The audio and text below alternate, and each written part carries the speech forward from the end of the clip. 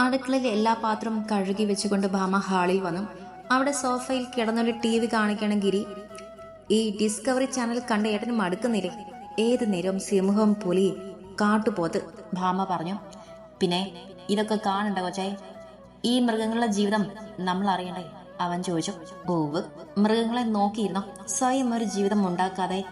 ഹാജിയാർ പറഞ്ഞ ആ പെണ്ണിനെ എന്താ കാണാൻ പോവാത്തെ? ഭാമ അവന്റെ കാൽച്ചുവട്ടിൽ ഇരുന്നോണ്ട് ചോദിച്ചു. പെണ്ണിന് പഠിപ്പിത്തിരി കൂടുതലാണ്. വെറുതെ വേഷം കെട്ടിച്ചെന്ന് അവർ മുഖത്ത് നോക്കി പറ്റില്ലെന്ന് പറയുന്നത് കേൾക്കാൻ വയ്യ, ഗിരി ഗൗരവത്തിൽ പറഞ്ഞു. നാണിയമ്മ പറഞ്ഞല്ലോ ആ ചേച്ചിക്ക് ഇഷ്ടപ്പെട്ട് ഇങ്ങോട്ട് കൊണ്ടുവന്ന ആലോചനയാണെന്ന്, ഭാമ പറഞ്ഞു. ആവോ, എനിക്കറിയില്ല. എന്തായാലും ഒരുപാട് പഠിപ്പും വിവരവുമുള്ള കൊച്ചെങ്ങനെ നമ്മുടെ കൂടെ ഈ സെറ്റപ്പ് ജീവിക്കും? പിന്നെ ഭാവിയിൽ അതൊക്കെ പ്രശ്നമാകും. ആദ്യം നിന്റെ കാര്യം തീരുമാനമാവട്ടെ.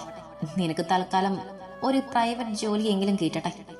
എനിക്കിനി നിന്നെ കല്യാണം കഴിപ്പിച്ച ശേഷം ഞാൻ കേട്ടാം പോരെ? അവൻ പറഞ്ഞതും അവൾ അവനെ കെട്ടിപ്പിടിച്ച് കരഞ്ഞു. ഏട്ടന്റെ മോൾ കരയാണോ? അവൻ അവളെ തലയിൽ തലോടിക്കൊണ്ട് ചോദിച്ചു.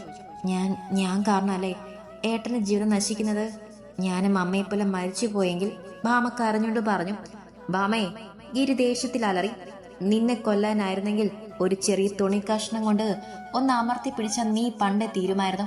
ചോരക്കുഞ്ഞായി നിന്നെ പിടിച്ച് ഞാൻ ഈ നാട്ടിലേക്ക് വന്നത് ജീവിക്കാനാണ്, അതും നിന്റെ കൂടെ. ഏട്ടന്റെ ആകെയുള്ള പ്രതീക്ഷ നീ അടി. ഇനി ഇതുപോലെ ഒന്നും പറയലേ, അവൻ ഇടറിയ ശബ്ദത്തിൽ പറഞ്ഞതും ഭാമയില്ലെന്ന് തലയാട്ടി. നിന്റെ പ്രശ്നം എന്താ? ഞാൻ വീണ്ടും പെണ്ണ് കാണാൻ പോണം. നാളെ തന്നെ പോകാം. അപ്പോ നീ ഹാപ്പി ആവില്ലേ? അവൻ പറഞ്ഞു കേട്ട് ഭാമ ചിരിച്ചു. രാത്രി വെറുതെ ഫോണിൽ ഇൻസ്റ്റാഗ്രാം നോക്കി കിടക്കുമ്പോഴാണ് പെട്ടെന്ന് ആമിയുടെ ഫോൺ വന്നത്. ഭാമ ഫോൺ എടുത്തു. നിർത്താതെയുള്ള ആമിയുടെ പറച്ചിൽ കേട്ട് ആദ്യം അവൾ സന്തോഷിച്ചു. ഒരു VIP വെഡിങ് ഇവന്റ് ഓർഡർ കിട്ടുക എന്ന് വെച്ചാൽ ലക്ഷങ്ങൾ ലാഭം ഉണ്ടാക്കാം. അബിയും ഒരുപാട് ഹാപ്പി ആവും. പക്ഷേ കാർത്തിയേട്ടൻ, ചേച്ചി ഓക്കെ അല്ലേ? ആമി ചോദിച്ചു. അത് കാർത്തിയേട്ടൻ, ഏട്ടൻ എന്നെ അത്ര പിടുത്തില്ല മോളെ. പ്രശ്നമാകുമോ? ഭാമ ചോദിച്ചു. ഓ പിന്നെ, ചെറിയ വയസ്സിൽ നുള്ളിയതും പിച്ചിയതും എല്ലാം ഓർത്ത് പക വിട്ടാൻ നിൽക്കുവാണോ? രുദ്രേച്ചിയെ സൂക്ഷിച്ചാൽ മതി. അവൾക്കുള്ളത് ഞാൻ മറുപടി കൊടുത്തോളാം. എന്റെ ഏട്ടൻ ഡീസന്റ് ആണ്, മിസ്റ്റർ പെർഫെക്റ്റ്.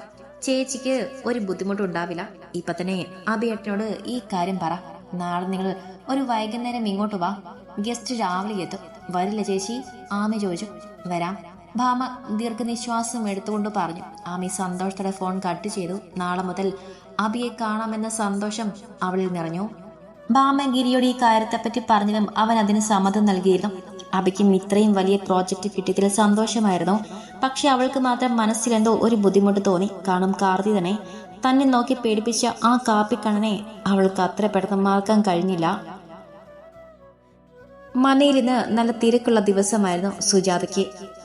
നോർത്ത് ഇന്ത്യൻ ഗസ്റ്റുകൾക്ക് ആദ്യത്തെ ദിവസം നല്ല കേരള സ്പെഷ്യൽ ഫുഡ് തന്നെ വേണമെന്ന് പ്രത്യേകം പറഞ്ഞിരുന്നു. പിന്നീട് ഇന്നത്തെ ദിവസം ശേഷം അവർക്ക് വേണ്ടി 2 സ്പെഷ്യൽ കുക്കുകളെ കൂടി നിയമിക്കുമെന്ന് പറഞ്ഞിരുന്നു. അതുകൊണ്ട് തന്നെ സുജാതയ്ക്കും ജാനുഅമ്മയ്ക്കും അതൊരു ആശ്വാസമായി. ബിസിനസ് മാഗ്നറ്റായ ദേവാന്ത് ചൗധരിക്കും കുടുംബവും രാവിലെ തന്നെ എത്തിയിരിക്കുന്നു. കാർത്തിയും സമരം രുതനും കൂടിയാണ് അവരെ പിക്ക് ചെയ്യാൻ പോയത്. നല്ല ഭക്ഷണവും കഴിപ്പിച്ച് കുറച്ച് കുശലാന്വേഷണവും എല്ലാം കഴിഞ്ഞ് കാർത്തി തന്റെ കുടുംബത്തിലെ ഓരോരുത്തരെ പരിചയപ്പെടുത്തി. സുജാത പ്രതീക്ഷയോടെ നോക്കിയെങ്കിലും ഒന്നും നടന്നില്ല. അവളെ ഒരു വേലക്കാരി എന്നതിൽ കൂടുതൽ സ്ഥാനം അവൻ നൽകിയില്ല. അവർക്ക് മനയുടെ വടക്കേ ഭാഗം മുഴുവനും അവൻ കൊടുത്തിരുന്നു. അവർക്കത് ഒരുപാട് ഇഷ്ടമാവുകയും ചെയ്തു. വിശ്രമിക്കാനായി അവർ അവരുടെ മുറിയിൽ പോയതും കാർത്തി അഭിരാമിന്റെ അടുത്തേക്ക് പോയി. അമ്മി, നിന്റെ കൂട്ടുകാർ എപ്പോ വരും? നമുക്ക് സമയമില്ല, അവൻ ചോദിച്ചു. ചേച്ചി വൈകുന്നേരം വരുവേട്ടാ, അവള് പറഞ്ഞു. അവൻ അതിനൊന്ന് മൂളുക മാത്രം ചെയ്തു. അബിയും ഭാമയും 2 പേരും കൂടെ സെക്യൂരിറ്റി ഗാർഡ്സിന്റെ അടുത്ത് തന്റെ ഐഡന്റിറ്റി പറഞ്ഞ് അകത്തേക്ക് കയറി. ആ വലിയ മനയുടെ മുന്നിൽ 2 പേരും പരസ്പരം നോക്കി നിന്നു. പുറത്തുനിന്ന് കണ്ടിട്ടുണ്ടെങ്കിലും ഉള്ളിലേക്ക് ഇതുവരെയും പ്രവേശനമില്ല. ലൊക്കേഷൻ സൂപ്പറാണല്ലോ ഭാമേ, ഇതിൽ നമ്മൾ കുറച്ച് കാശ് വീഴ്ത്തും, അവൻ ചിരിയോടെ പറഞ്ഞു. ഭാമ അവനെ നോക്കി ചിരിച്ചു. എടാ, ആ കൊച്ചിനെ വിളിക്ക്, നമ്മൾ താഴെയുണ്ടെന്ന് പറ, അബി പറഞ്ഞു. എടാ, ആമി നിനക്കറിയില്ലേ നമ്മുടെ ജൂനിയർ? അവള് ചോദിച്ചു. ഓ, എനിക്കൊന്നും ഓർമ്മയില്ല, അബി താല്പര്യമില്ലാതെ പറഞ്ഞു. ഭാമ അവളെ ഫോൺ വിളിച്ചതും ആമി വേഗം കോണിപ്പടി ഇറങ്ങി ഓടി താഴേക്കെത്തി. അബിയെ കണ്ടപ്പോൾ അവളുടെ കണ്ണുകളൊന്ന് തിളങ്ങി. ചേച്ചി എന്ന് വിളിച്ച് അവളെ ഓടിച്ചെന്ന് കെട്ടിപ്പിടിച്ചു. അബി അവളെ നോക്കി നിന്നു. അബി ഏട്ടന് എന്നെ ഓർമ്മയുണ്ടോ? ഞാൻ നിങ്ങളെ ജൂനിയർ ആയിരുന്നു. ആമി അവനെ നോക്കി ചിരിച്ചോട്ട് പറഞ്ഞു.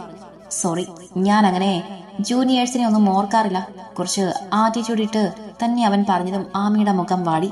ഭാമ അവനെ കണ്ണുകൊണ്ട് നോക്കി പേടിപ്പിച്ചുകൊണ്ട് വേഗം ടോപ്പിക്ക് മാറ്റി. മോളെ, അവർ എവിടെയാ ഉള്ളത്? അവരെങ്ങനെ? നല്ല ആറ്റിറ്റ്യൂഡ് ഉണ്ടോ? ഞങ്ങളെ ഇഷ്ടപ്പെടുമോ? ഭാമ ചോദിച്ചു. അവർ വടക്കേ മനയിലാണ് ചേച്ചി. പിന്നെ അവർ നല്ല പെരുമാറ്റമാണ്. ബ്രൈഡായ ചേച്ചി എനിക്ക് ഇഷ്ടപ്പെട്ടു. നല്ല സിമ്പിൾ പെരുമാറ്റം. ചേച്ചി വാ, ഞാൻ അങ്ങോട്ട് കൊണ്ടുപോവാം. ആമി അവരെ കയ്യിൽ പിടിച്ചുകൊണ്ട് അകത്തേക്ക് കയറി. മനയുടെ ഉള്ളിലായി കയറിയാൽ ഏതോ കൊട്ടാരത്തിന്റെ ഉള്ളിൽ കയറിയ പോലെയാണ്. 2 ഭാഗങ്ങളായി പാർട്ടീഷൻ ചെയ്ത പോലെയാണ് നിർമ്മിച്ചിരിക്കുന്നത്. വടക്കേ ഭാഗത്തുകൂടി നടക്കുമ്പോൾ അവൾ വെറുതെ മുകളിലേക്ക് നോക്കി. മുകളിൽ തിരിഞ്ഞു നിൽക്കുന്ന ഒരു പുരുഷന്റെ രൂപം അവൾ കണ്ടു. അവൻ ആരെയോ ഫോൺ ചെയ്യുകയാണ്. അവൾ വേഗം മുഖം തിരിച്ചു ഗോവണി കയറി. മിസ്റ്റർ ആൻഡ് മിസസ് ചൗധരി നല്ല രീതിയിൽ തന്നെ ഭാമയോടും അബിയോടും പെരുമാറി. ബ്രൈഡായ പെൺകുട്ടിയുടെ പേര് കരീഷ്മ എന്നാണ്. ആൾ വളരെ ഫ്രണ്ട്ലി ടൈപ്പ് ആയതുകൊണ്ട് തന്നെ അബിക്കും ഭാമയ്ക്കും ഒട്ടും ബുദ്ധിമുട്ട് തോന്നിയില്ല. അവർ ആഗ്രഹിക്കുന്ന വെഡിങ് പ്ലാൻ ആൻഡ് തീം അവർ ഐപാഡിൽ നോട്ട് ചെയ്തു വെച്ചു. ഈ സമയത്തെല്ലാം ആമി അബിയെ വായി നോക്കി നിൽക്കുകയാണ്. ഇടയ്ക്ക് അബി നോക്കുമ്പോൾ കണ്ടു തന്നെ നോക്കി നിൽക്കുന്നവളെ. അവൻ പുരികമുയർത്തി പേടിപ്പിച്ചതും അവൾ വേഗം നോട്ടം മാറ്റി. നാളെ തൊട്ട് വെഡിങ് വേണ്ട ഡെക്കറേഷൻ, പിന്നെ ഫോട്ടോഗ്രാഫി, പിന്നെ ചെറിയ ചെറിയ ചടങ്ങുകളെല്ലാം നടത്താമെന്ന് കരുതി. 7 ദിവസത്തെ ചടങ്ങുകളാണ് പ്ലാൻ ചെയ്തിരിക്കുന്നത്. ഓരോന്നും ഓരോ തീം. ഇതിൻ്റെ ഇടയിൽ കിടന്ന ഓരോ ബ്രിക്ക് കൊണ്ട് ഇവർ തീം ഡെക്കറേഷൻ മാറ്റണം. അഡ്വാൻസായി 5 ലക്ഷം ചെക്ക് കിട്ടിയപ്പോൾ ശരിക്കും ഭാമയും അബിയും ഞെട്ടിപ്പോയി. അവിടുന്ന് തിരിച്ചു പോകുമ്പോൾ 2 പേരും ഒരുപാട് സന്തോഷത്തോടെയായിരുന്നു ഇറങ്ങിയത്. രാവിലെ തന്നെ ഭാമയും അബിയും ഒപ്പം അവിടെ കൂടെയുള്ള മറ്റു വർക്കർ എല്ലാവരും വന്നിരുന്നു. അലങ്കാരങ്ങളും തോരണങ്ങളും എല്ലാം കൊണ്ട് തറവാട് കൂടുതൽ ഭംഗിയാക്കിയതുപോലെ തോന്നി. ശ്രീദേവിക്കും വസുമതിക്കും ഇഷ്ടപ്പെട്ടിട്ടില്ലായിരുന്നു ഇതൊന്നും. ഏത് ജാതിയിലുള്ളവരാണോ ആവോ, ഇവരൊക്കെ പോയിട്ട് ഇവിടെയൊന്ന് ശുദ്ധികലശം ചെയ്യേണ്ടി വരും. ശ്രീദേവി വസുമതിയുടെ ചെവിയിൽ പറയുന്നത് ഹാളിൽ ഡെക്കറേഷൻ ചെയ്യുന്ന അബി കേട്ടിരുന്നു. അബി പതുക്കെ അവിടെ അടുത്തേക്ക് വന്നു. മേഡം, ഇത് വീട് തന്നെയല്ലേ, അമ്പലമൊന്നും അല്ലല്ലോ? അവൻ കളിയാക്കി ചോദിച്ചതും ശ്രീദേവി ദേഷ്യത്തിൽ മുഖം തിരിച്ചു നടന്നു. വസുമതി അവനെ നോക്കി. കാർത്തിയുടെ തീരുമാനമായതുകൊണ്ടാണ് ഇവിടെ ഇതൊക്കെ നടക്കുന്നത്.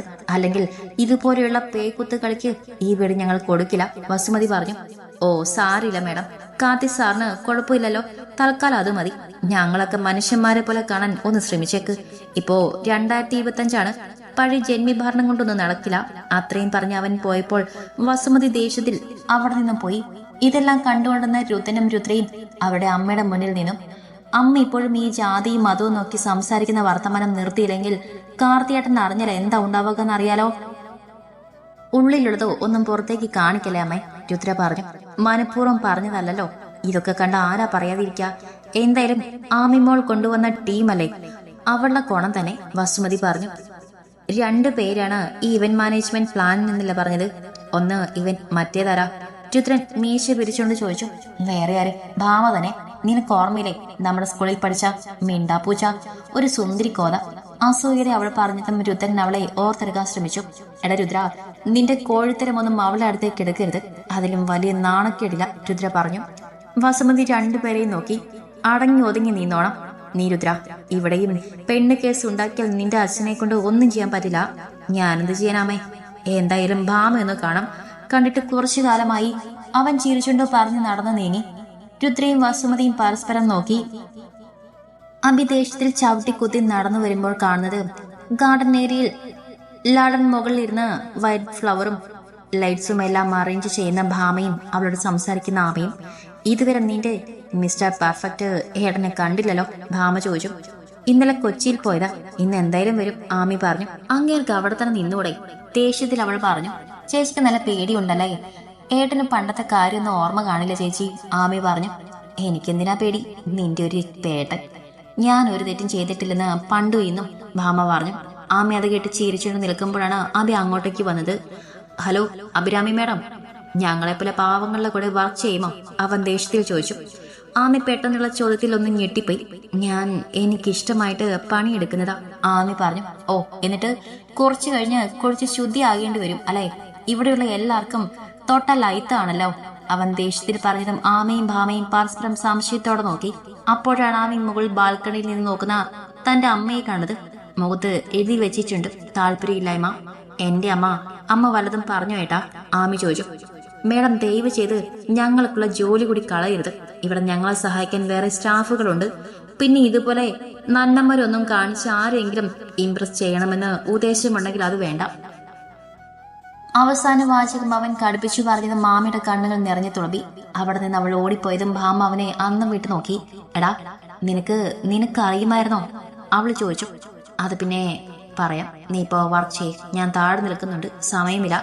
ഇത്രയും പറഞ്ഞ് അവിടെ ലാഡർ പിടിച്ചുകൊണ്ട് തന്നെ അവൻ നിന്നു. ഭാമ ഒന്നും മിണ്ടാതെ തന്റെ പണി തുടർന്നു. അപ്പോഴേക്കും ഒരു കറുത്ത ആഡംബര കാറിൽ നിന്നും കാർത്തിയും സമറും എത്തിയിരുന്നു. വീട്ടിൽ ഔട്ട്ഡോറിൽ നടക്കുന്ന ഫുൾ ഡെക്കറേഷൻ അവൻ പുറത്തുനിന്ന് നോക്കി. It simple and elegant right sir? Samar ചോദിച്ചു. യെസ്, അവൻ മൂളി. പെട്ടെന്നാണ് അവന് ഫോൺ കോൾ വന്നത്. അവൻ തന്റെ ഫോണും പിടിച്ച് ഗാർഡൻ ഏരിയ ലക്ഷ്യമാക്കി നടന്നു. കോൾ ചെയ്യുന്നുമുണ്ട്, ഒപ്പം ചുറ്റും നോക്കുന്നുമുണ്ടോ അവൻ. അവന്റെ തലയെടുപ്പിൽ തന്നെ അവനാണ് മഞ്ഞാടിയറന്ന് അറിഞ്ഞ് എല്ലാരും അവനെ കണ്ടപ്പോൾ വിഷ് ചെയ്തു. അഭി അവനെ കണ്ടതും വേഗം ഒരു വാക്ക് പോലും അവനോട് പറയാതെ നേരെ അവന്റെ അടുത്തേക്ക് ഓടി. ഭാമയൊന്നും അറിയാതെ ഡെക്കറേഷൻ ചെയ്തുകൊണ്ടിരുന്നു. ഹലോ സാർ, ഇന്നലെ പരിചയപ്പെടാൻ പറ്റിയില്ല. I am Abhijith. ഞാനും ഭാമയും കൂടിയാണ് ഇവൻ ഓർഗനൈസ് ചെയ്യുന്നത്. Thank you for trusting us and for this opportunity. Abhi വിനയത്തോടെ പറഞ്ഞു. You are welcome. എനിക്കിതിൽ ക്രെഡിറ്റ് തരേണ്ട ആവശ്യമില്ല മിസ്റ്റർ അഭി. എൻ്റെ സിസ്റ്ററാണ് നിങ്ങളെ റെക്കമെൻഡ് ചെയ്തത്. നിങ്ങളുടെ വർക്ക് എൻ്റെ ക്ലയന്റ് ഇഷ്ടപ്പെട്ടാൽ you can continue, otherwise you will fired. Karthi മുഖത്ത് യാതൊരു ഭാവേദവും ഇല്ലാതെ പറഞ്ഞപ്പോൾ അഭി എന്ന് ഞെട്ടിപ്പോയി. എത്ര സിമ്പിളായിട്ടാണ് അവൻ ഫയർ ചെയ്യും പറഞ്ഞത്. No sir, we will do the best, Abhi പറഞ്ഞു. അപ്പോഴേക്കും അവിടെ മുന്നിലൂടെ വേറെ ഒരു സ്റ്റാഫ് വൈറ്റ് ഫ്ലവർ പകരം റെഡ് ഫ്ലവർ എടുത്തു പോകുന്ന കാണുന്നതും അവൻ അയാളെ ശകാരിക്കുന്ന പോലെ ഒരു ഷോ മനഃപൂർവ്വം വിട്ടു. Sorry sir, I am very professional. ഇത്രയും പറഞ്ഞിട്ട് ഭാമയുടെ കാര്യം മറന്നുകൊണ്ട് അഭി സ്റ്റാഫിനെ ചീത്ത പറയാൻ പോയി. കാർത്തി അവന്റെ കാട്ടിക്കോട്ടലൊന്നും നോക്കി. ഫോൺ വീണ്ടും അടുത്ത ഫോൺ കോൾ വന്നു. ഇപ്പോ അവൻ സംസാരിച്ചുകൊണ്ട് ഭാമ നിൽക്കുന്ന ആർച്ച് ഷേപ്പ് ഗാർഡൻ ഏരിയയിൽ എത്തിയിരിക്കുന്നു. ഫോൺ കട്ട് ചെയ്ത് തിരിഞ്ഞു നോക്കുമ്പോൾ അവൻ കാണുന്നത് ആർച്ച് പുഷിന്റെ മുകളിലെ കഷ്ടപ്പെട്ട് ലൈറ്റ് പിന്നെ വൈറ്റ് ഡാലിയ ഫ്ലവർ എല്ലാം സെറ്റ് ചെയ്യുന്ന ഒരു പെൺകുട്ടിയാണ്. പിന്നാമ്പുറം ഇറക്കി വെട്ടിയ അവളുടെ പുറം ഭാഗത്ത് വിയർപ്പ് തുള്ളികളുണ്ട്. മുടിയെല്ലാം മുന്നിലേക്ക് മെടഞ്ഞിട്ടിരിക്കുന്നു. അവന്റെ കണ്ണുകൾ അവളുടെ പിന്നഴകിൽ ഉടക്കിയതും അവൻ മുഖം തിരിച്ചു നടക്കാൻ ഒരുങ്ങി. എടാ, ഈ ലാഡർ പിടിക്ക്, ഇത് ഇളകുന്നു, ബാലൻസിലാ. നീ എവിടെ നോക്കി നിൽക്കുക തീണ്ടി, ഭാമ ഉറക്കെ പറഞ്ഞു. കാർത്തി തിരിഞ്ഞു നോക്കി. ചുറ്റും ആരെങ്കിലും ഉണ്ടോ നോക്കി. ആരെയും കാണുന്നില്ല. അവ രണ്ടും കൽപ്പിച്ച് അവളുടെ അടുത്തേക്ക് ചെന്നു. ലാഡർ സ്റ്റാൻഡ് ഒറ്റ കൈ കൊണ്ട് പിടിച്ചപ്പോൾ തന്നെ അത് ബലത്തിൽ നിന്നു. വാവ്, നീ ഇത്രയും സ്ട്രോങ് ആണോ? ഇപ്പൊ ഇളകുന്നില്ല. വേഗം ഈ പണി കഴിഞ്ഞ് ഞാൻ വീട്ടിൽ പോകുവേ. അവളുടെ പിശാശ ചേട്ടൻ വരുന്ന മുമ്പ് പോണം. ഒരാഴ്ച എങ്ങനെയെങ്കിലും അതിന്റെ മുന്നിൽ പെടാതെ രക്ഷപ്പെട്ടാ മതി. അത്രയും പറഞ്ഞവൾ അവസാനത്തെ മിനുക്ക് പണി കൂടി ചെയ്ത അരയിൽ കൈകുത്തി നിന്നുകൊണ്ട് നോക്കി. സ്വയം സംതൃപ്തിയായി. എടാ നോക്ക്. അവൾ താഴേക്ക് നോക്കിയതും കാണുന്നത് തന്നെ ഉറ്റു നോക്കുന്ന കണ്ണുകൾ, കട്ടിയുള്ള താടിയും മീശയും നിറഞ്ഞ മുഖം. അവളെ ശരീരത്തിൽ നിന്നും ആത്മാവ് പോകുന്ന പോലെ തോന്നി അവൾക്ക്. അയ്യോ, പേടിയോടെ നിലവിളിച്ചതും അവൾ ബാലൻസ് തെറ്റി അവന്റെ മുകളിലേക്ക് വീണു. അവനും ബാലൻസ് കിട്ടിയില്ല. അവരുടെ മുകളിലേക്ക് ലാഡർ വീഴുന്ന കണ്ടതും അവനൊന്ന് മലക്കം പറഞ്ഞ് അവളെ നിലത്തേക്കിട്ടു. അവളുടെ മുകളിലായി അവൻ കിടന്നു. ലാഡറിന്റെ പകുതി ഭാരം അവന്റെ നടുവിലായി വീണതും അവൻ ഭാമയുടെ മേനിയിലൊന്ന് അമർന്നു. വേദന കടിച്ചു പിടിച്ച് കണ്ണുകൾ അടച്ചു നിൽക്കുന്ന അവനെ കണ്ട ഭാമയുടെ കണ്ണുകൾ വിടർന്നു. ഭയത്തോടെ തന്നെ നോക്കുന്ന പെണ്ണിനെ അവൻ ഒരു നിമിഷം നോക്കി നിന്നു. ആ കരിനീല മിഴികൾ മുൻപും ഇതുപോലെ തന്നെ കണ്ടു പേടിച്ചിട്ടുണ്ട്. വർഷങ്ങൾക്ക് പുറകെയുള്ള ഓർമ്മകൾ എന്തൊക്കെയോ അവന്റെ മുന്നിലായി തെളിഞ്ഞു. രുദ്രയ്ക്ക് വേണ്ടി താൻ വഴക്കുണ്ടാക്കിയിട്ടുള്ള ഭാമ അന്നത്തെ കുഞ്ഞിക്കുട്ടിയിൽ നിന്നും ഇന്നവൾ സുന്ദരിയായ ഒരു പെണ്ണായിരിക്കുന്നു. അവളുടെ പുരികത്തിലും കണ്ണിലും വിറച്ചുകൊണ്ടിരിക്കുന്ന ആ പിങ്ക് ചുണ്ടിലും അവന്റെ ദൃഷ്ടി പതിഞ്ഞു. അമിതമായ അവന്റെ ഭാരം കാണാം ഭാമ അവനെ നൊന്തി. അപ്പോഴേക്കും സ്വബോധം വന്ന് കാർത്തി വേഗം എഴുന്നേറ്റ് നിന്നു. നടുവും പിടിച്ച് എഴുന്നേറ്റ് നിന്ന് അവളെ അവൻ ദേഷ്യത്തിൽ നോക്കി. പണിയെടുക്കാൻ അറിയില്ലെങ്കിൽ പിന്നെ എന്തിനാണ് ഏണിപ്പടിയിൽ മുകളിൽ കയറിയത്? എന്റെ നെഞ്ചത്തോട്ട് കയറി വീഴാനോ? കാർത്തി ദേഷ്യത്തിൽ അലറി. വർഷങ്ങൾക്ക് ശേഷം വീണ്ടും ആ സ്വരം, ആ മുഖഭാവവും കണ്ട് ഭാമ പേടിച്ച് ഒരടി പിന്നിലേക്ക് നടന്നു. എനിക്കറിയുന്ന പണി തന്നെയാണ് ചെയ്തത്, ഭാമ പറഞ്ഞു. എന്നിട്ടാണോ ഉരുണ്ടു വീണത്? അവൻ ദേഷ്യത്തിൽ ചോദിച്ചു. അത് പെട്ടെന്ന് കാർത്തിയേട്ടനെ കണ്ടപ്പോ അവൾ വെപ്രാളത്തോടെ പറഞ്ഞു. ഏട്ടനോ? എന്താണ് നിനക്കിപ്പോ ഒരു ബഹുമാനം? എന്നെ പറ്റി അങ്ങനെയല്ലല്ലോ കുറച്ചു മുൻപ് നീ പറഞ്ഞത്. ഗിരിയുടെ പെങ്ങളൊന്നും മറന്നിട്ടില്ല അല്ലേ? ഇത്രയും പറഞ്ഞുകൊണ്ട് അവൻ ഓരോ അടി അവളുടെ അടുത്തേക്ക് നീങ്ങി. അവൾ പേടിച്ചുകൊണ്ട് പിന്നോക്കം നടന്നു. അടുത്തുള്ള ബുഷിലേക്ക് മറിഞ്ഞു വീഴാൻ പോയവളെ അവൻ ഒറ്റ കൈകൊണ്ട് പിടിച്ചു നിർത്തി. നിന്നെ ഞാൻ പിടിച്ചു വിഴുങ്ങുവൊന്നുമില്ല ഭാമ, അവൻ അങ്ങനെ പറഞ്ഞപ്പോൾ ഭാമ ഞെട്ടലോടെ നോക്കി. എന്നെ ഓർമ്മയുണ്ടോ? അവൾ ചോദിച്ചു. ഈ നാട് തന്നെ ഭരിക്കാൻ പോകുന്ന നാട് വഴിയായി എനിക്ക് എൻ്റെ നാട്ടിലെ പെൺകുട്ടിയെ അറിയില്ലെന്നാവും. വിദേശത്താണെങ്കിലും ഇവിടുത്തെ എല്ലാ കാര്യങ്ങളും ഞാൻ അറിഞ്ഞിട്ടുണ്ട്. നിന്റെ ഏട്ടൻ എന്റെ ചെറിയ നേരെ കൈയോങ്ങിയതടക്കം അത് പറയുമ്പോൾ അവൻ ദേഷ്യത്തിൽ പല്ല് കടിച്ചു. ഏട്ടൻ ചെയ്തിട്ടുണ്ടെങ്കിൽ അതിൽ കാര്യമുണ്ടാകും, അവൾ ദേഷ്യത്തിൽ പറഞ്ഞു. അപ്പോഴേക്കും അവളെ തൊടുത്ത കീഴ്ച്ചുടനെ അവൻ വിരൽ കൊണ്ട് ഞെരിച്ചു. തർക്കുത്തരം പറയാൻ പണ്ടേ മിടുക്കിയാണല്ലോ. ഗിരിയോട് എനിക്ക് ദേഷ്യമില്ല. ചെറിയച്ഛനും നിന്റെ ഏട്ടനും തമ്മിലുള്ളത് അവർ തന്നെ തീർക്കട്ടെ.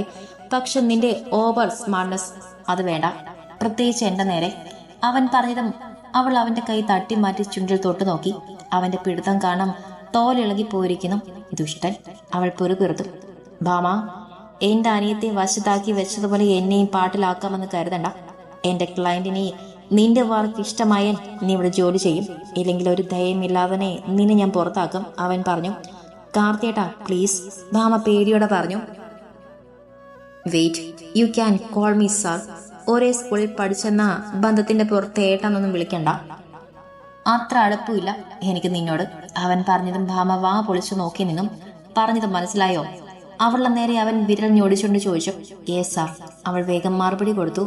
അവനൊന്ന് മൂളിക്കൊണ്ട് അവിടെ നിന്നും പോയി. അപ്പോഴേക്കും അവൾ ദീർഘനിശ്വാസം എടുത്തു. ഒരു സായിപ്പ് സാർ എന്ന് വിളിക്കണം പോലും. ഈ ഗ്രാമത്തിൽ തന്നെയല്ലേ സിറ്റിയിൽ പോയി പഠിച്ചത്? ചാർത്തേണ്ടി, ഭാമ ദേഷ്യത്തോടെ പറഞ്ഞു.